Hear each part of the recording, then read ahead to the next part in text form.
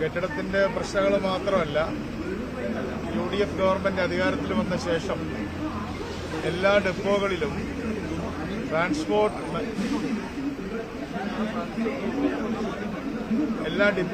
Transport management committee നിലവിൽ വന്നിരിക്കുകയാണ്.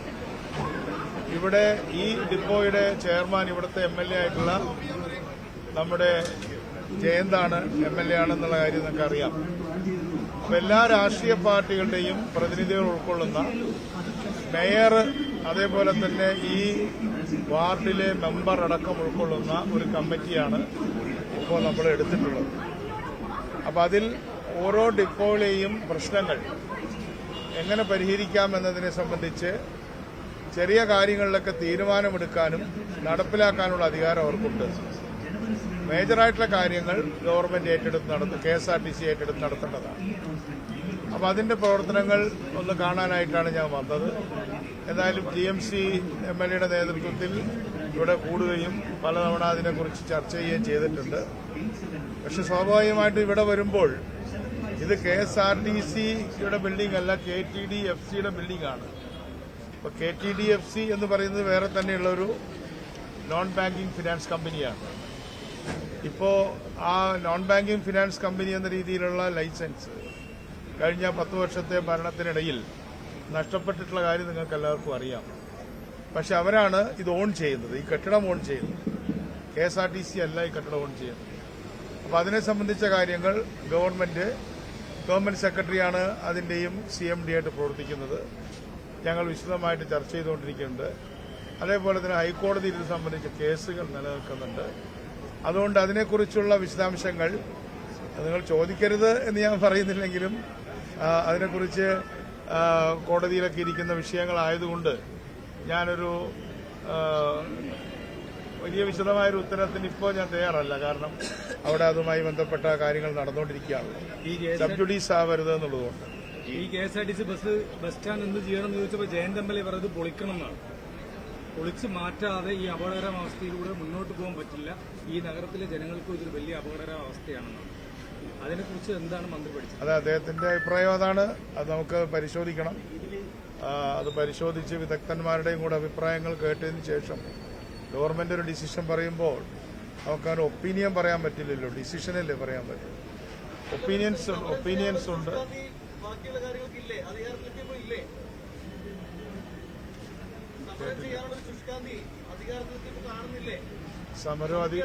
സമരവും ഭരണവും രണ്ടല്ലേ. സമരത്തിൽ നമ്മൾ ഉന്നയിച്ച പ്രശ്നങ്ങൾ ഭരണത്തിൽ എങ്ങനെ നടപ്പാക്കാൻ പറ്റും എന്നല്ലേ നമ്മൾ നോക്കുന്നത്. അതുമായി ബന്ധപ്പെട്ട കേസുകൾ നിലവിലുണ്ട്. അത് വളരെ സങ്കീർണമായിട്ടുള്ള വിഷയമാണ്. അപ്പൊ അത് ആ കേസുമായി ബന്ധപ്പെട്ടുള്ള വിഷയങ്ങൾ തീരുന്ന മുറയ്ക്കേ നമുക്കത് ചെയ്യാൻ പറ്റുള്ളൂ. അതിനുവേണ്ടി നിരന്തരമായി നമ്മൾ ശ്രമിച്ചുകൊണ്ടിരിക്കുകയാണ്.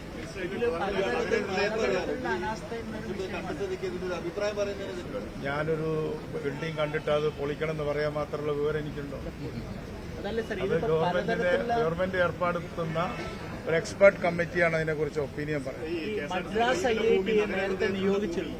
മദ്രാസ് IIT നിയോഗിച്ചപ്പോൾ മദ്രാസ് IITയിലെ ഇന്ത്യയിൽ ദക്ഷിണേന്ത്യയിൽ നമുക്ക് ലഭ്യമായ ഏറ്റവും വലിയ നല്ല എക്സ്പെർട്ടാണ്. അവർ പറഞ്ഞത് 32 കോടി രൂപ അതെല്ലാം നമ്മുടെ മുമ്പിലുണ്ട് ബലപ്പെടുത്താൻ.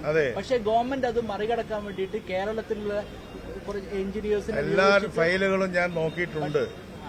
ആ ഫയലുകൾ നോക്കിയിട്ടുള്ളതിനെ സംബന്ധിച്ച് ഒരു ഡിസിഷൻ എടുക്കും. ആ ഡിസിഷൻ നിങ്ങളെ അറിയിക്കും. അത് മാത്രമല്ല സർ, ഒരു ഡിസിഷൻ മേക്കിംഗ് പ്രോസസ്സിലാണ്. ഞാൻ പറഞ്ഞു ഒരു ഡിസിഷൻ മേക്കിംഗ് പ്രോസസ്സിലാണ് നമ്മളുള്ളത്. ആ പ്രോസസ്സിനിടയിൽ ഞാനിവിടെ സന്ദർശിച്ചതും ആ പ്രോസസ്സിന്റെ ഭാഗമാണ്.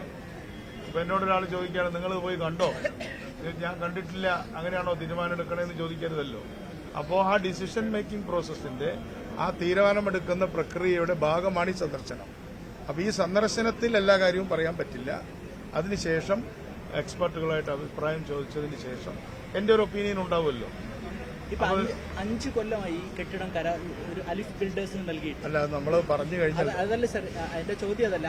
അവർക്ക് ഓരോ മാസവും 12 ലക്ഷം രൂപ അലിഫ് ബിൽഡേഴ്സിന് ഇവിടുന്ന് വരുമാനമുണ്ട്. ഗവൺമെന്റിലേക്ക് 1 രൂപ പോലും കിട്ടുന്നില്ല. അപ്പൊ ഈ കെട്ടിടം ഉണ്ടാക്കിയതിൽ തന്നെ കുറെ പ്രശ്നങ്ങളുണ്ട്. കരാറ് കൊടുത്തതിൽ താങ്കളോട് ഞാൻ പറഞ്ഞല്ലോ, ഇത് KTDFCയും അവരും തമ്മിലുള്ള കേസ് നടക്കുകയാണ്. നമ്മുടെ വക്കീല് വളരെ ആത്മാർത്ഥമായിട്ട് അതിന് വേണ്ടിയിട്ട് വർക്ക് ചെയ്യാണ്. അപ്പോൾ ആ വർക്ക് ചെയ്തതിന്റെ അടിസ്ഥാനത്തിൽ ഒരു ഡിസിഷൻ വരും, കോടതിയിൽ നിന്നും വരും. കോടതി വിധികളുടെ അടിസ്ഥാനത്തിൽ നമ്മൾ എടുക്കും. ഈ കോടതി ഔട്ട് ഓഫ് കോർട്ട് സെറ്റിൽമെന്റ് ആണല്ലോ കോടതി നിർദ്ദേശിച്ചത്. അല്ല, അത് എന്താണോ തീരുമാനം, ആ തീരുമാനത്തിന് ഇടയിൽ ഞാനൊരു ഒപ്പീനിയൻ പറയുന്നത് ശരിയാണ്. അത് ഗവൺമെന്റിന്റെ പണമാണല്ലോ സർ. എന്തായാലും ഞാൻ ആവശ്യത്തിലധികം വിശദീകരിച്ചു എന്നതാണ് എന്റെ അഭിപ്രായം. വ്യക്തമല്ല, അതായത് ഡിസിഷൻ എടുക്കുമ്പോൾ ആ ഡിസിഷൻ നിങ്ങളെ അറിയിക്കും. ആ ഡിസിഷൻ എടുത്തിട്ടില്ല, പക്ഷേ അത് സജീവമായ ചർച്ചയിലിരിക്കുകയാണ്. കോടതിയിൽ കേസുള്ളത് കൊണ്ടാണ് ഞാൻ അല്പം അവ്യക്തത തോന്നുന്ന തരത്തിലുള്ള മറുപടി പറയുന്നത്. ഈ വിദഗ്ധ സമിതി പെട്ടെന്നുണ്ടാവുമല്ലോ, ഉണ്ടാവും. വിദഗ്ധ സമിതി ഉണ്ടാവും. ഈ വിജിലൻസ് അന്വേഷണം ഉൾപ്പെടെ പറഞ്ഞോട്ടെ, കാര്യങ്ങളുണ്ട്. ആ വിദഗ്ധ സമിതിയുടെ അന്വേഷണം വരുന്ന മുറയ്ക്കേ അത് പറയുള്ളൂ. ഇപ്പൊ ഞാനൊരു ഒപ്പീനിയൻ പറഞ്ഞാൽ അത് ശരിയല്ലല്ലോ അങ്ങനെ പറയുന്നത്. കഴിഞ്ഞ ദിവസം KSRTC ബസിന് നേരെ കോയിമുട്ട കൊണ്ടുള്ള ഒരു അതെ സമാനമായ രീതിയിൽ കർണാടകയിൽ അപകടം നടന്ന ബസ്സിലും ഈ കോയിമുട്ടയുടെ അംശം കണ്ടെത്തി എന്നുള്ളതാണ് ഇപ്പോൾ പുറത്തു വരുന്ന വാർത്തകൾ. അപ്പം ഇത് ഏതെങ്കിലും തരത്തിലുള്ള ഒരു അട്ടിമറി സാധ്യതയുണ്ടോ, അല്ലെങ്കിൽ ബോധപൂർവം ആരെങ്കിലും ഇത്തരത്തിൽ ഈ KSRTC ആക്രമിക്കുകയാണോ? വളരെ പ്രസക്തമായൊരു ചോദ്യമാണ് താങ്കൾ ചോദിച്ചത്. ഞാനിപ്പോൾ ഇന്ന് കാലത്ത് തന്നെ KSRTC MD ആയിട്ട് സംസാരിച്ചു. നമ്മുടെ ഓഫീസർമാർ അവിടെ സംഭവ സ്ഥലം സന്ദർശിച്ചിട്ടുണ്ട്. അതേപോലെ തന്നെ നമ്മൾ പോലീസ് സ്റ്റേഷനിൽ അവിടുത്തെ സ്റ്റേഷനിൽ പരാതി കൊടുത്തിട്ടുണ്ട്. ഇപ്പോൾ ഇതിനകം FIR ആയി കാണും. അപ്പോൾ നമ്മുടെ ഗവൺമെന്റും അവരുടെ ഗവൺമെന്റുമായി സംസാരിക്കും. എന്തായാലും ഇങ്ങനെ മുട്ട എറിഞ്ഞു എന്നുള്ളത് ഈ ബസ്സിന് നേരെയല്ല, മറ്റൊരു ബസ്സിന് നേരെ ആണെങ്കിലും മുട്ട എറിഞ്ഞു എന്നുള്ള വിവരമാണ് ഇപ്പം നമുക്ക് മാധ്യമങ്ങളിൽ കൂടിയും ഒക്കെ കിട്ടുന്നത്, അല്ലേ? അത് ഞങ്ങളും വളരെ സീരിയസ് ആണ് ആ വിഷയത്തിൽ. അപ്പം അതുകൊണ്ട് നമ്മളിപ്പോൾ FIR ഇട്ട് അതിനെക്കുറിച്ചുള്ള ചർച്ചകൾ നടത്തും. ചർച്ചയല്ല, അതിന്റെ അന്വേഷണങ്ങൾ നടത്തും. അല്ല, വകുപ്പ് തലമല്ല, പോലീസ്.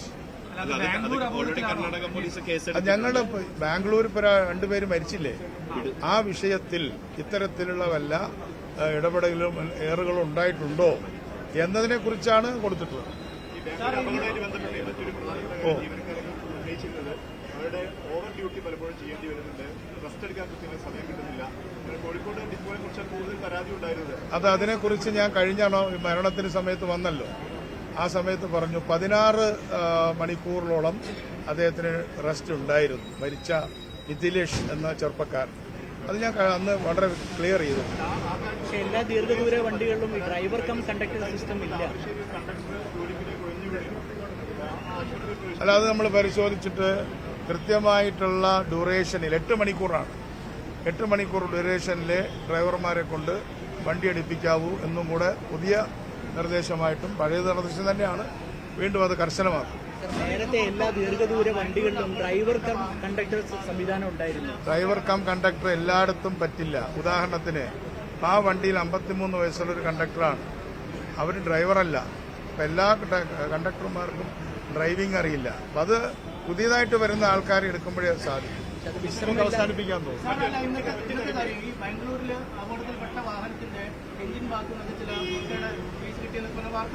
വാർത്തകൾ വരുന്നുണ്ട്.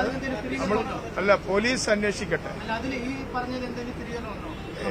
എനിക്കിപ്പോ പറയാൻ പറ്റും. ഈ വിഷയത്തിലെ വകുപ്പിന്റെ ഭാഗത്തുനിന്ന് പ്രത്യേകമായി വകുപ്പാണല്ലോ പരാതി കൊടുക്കണേ, നമുക്ക് അന്വേഷിക്കാൻ പറ്റില്ലല്ലോ, പോലീസല്ലേ അന്വേഷിക്കും.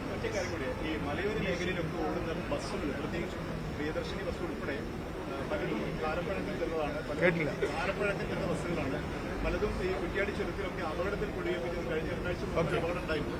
അത് തുടർച്ചയായിട്ട് അങ്ങനെ അപകടങ്ങൾ ഉണ്ടാകുന്ന സാധ്യതയുണ്ട്. അത് പ്രിയദർശിനി ബസ്സായതുകൊണ്ട് ആളുകൾ കൂടുതൽ കയറുന്നു എന്നുള്ള പ്രശ്നം കൂടിയുണ്ട്. പ്രിയദർശിനി ബസ്സിൽ ആളുകൾ കൂടുതൽ കയറുന്നുണ്ടോ? ശ്രദ്ധിക്കാം.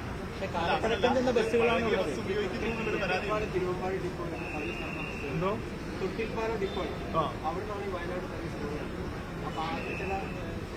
അപ്പൊ നമ്മൾ ചെയ്ത കാര്യം, ഇപ്പൊ നെല്ലിയാമ്പതിയിൽ ഒരാൾ മരിച്ചു, നെല്ലിയാമ്പതിയിൽ ഒരു വനിത മരിച്ചു. അപ്പൊ ഇന്ന് നെല്ലിയാമ്പതിക്ക് ഒരു വണ്ടി കൂടെ ഇട്ടിരിക്കുകയാണ്. അതിപ്പോ നമ്മുടെ ശ്രീകണ്ഠൻ MP ഇന്നിപ്പോ ഈ സമയത്ത് ഉദ്ഘാടനം ചെയ്തു. അപ്പൊ അത്തരത്തിൽ സ്ഥലങ്ങളിൽ ഡീകൺജസ്റ്റ് ചെയ്യുന്നുണ്ട്. സുൽത്താൻ ബത്തേരിയിൽ ഒരു പ്രശ്നം ഉണ്ടായി. അപ്പൊ അവിടെ നമ്മളിപ്പോ മാധ്യമങ്ങളിൽ കൂടിയും കൂടെ എല്ലാവരോടും അഭ്യർത്ഥിക്കുകയാണ്, ക്യൂ പാലിക്കുക. ഇപ്പോൾ ജീവനക്കാർ പറയുന്നൊരു നിർദ്ദേശമാണ് ക്യൂ ആയിട്ട് നിൽക്കുക. ക്യൂ ആയിട്ട് നിൽക്കുമ്പോൾ ഒരു പ്രശ്നം ഉണ്ടാവില്ലല്ലോ. അത് ഓക്കെ, നമുക്ക് അവസാനം സഹകരണ സംഘങ്ങളെ സഹകരണ സംഘം KSRTC പറയാം അത് ഞാൻ ഇന്നലെ കഴിഞ്ഞ പ്രാവശ്യം പറഞ്ഞുകൊണ്ടാണ് പറയാത്തത്. ഇത് മാതൃകാപരമായിട്ട് നമ്മുടെ നിങ്ങൾക്കെല്ലാം വളരെ പരിചയമുള്ള സിറ്റി സർവീസ് കോഓപ്പറേറ്റീവ് സൊസൈറ്റി 40 ലക്ഷം രൂപയുടെ ചെക്കാണ് നമുക്ക് തന്നിട്ടുള്ളത്. അത് കഴിയുന്നത്ര എല്ലാ സഹകരണ സംഘങ്ങളും തരണമെന്ന് ഞാൻ അഭ്യർത്ഥിക്കുന്നു.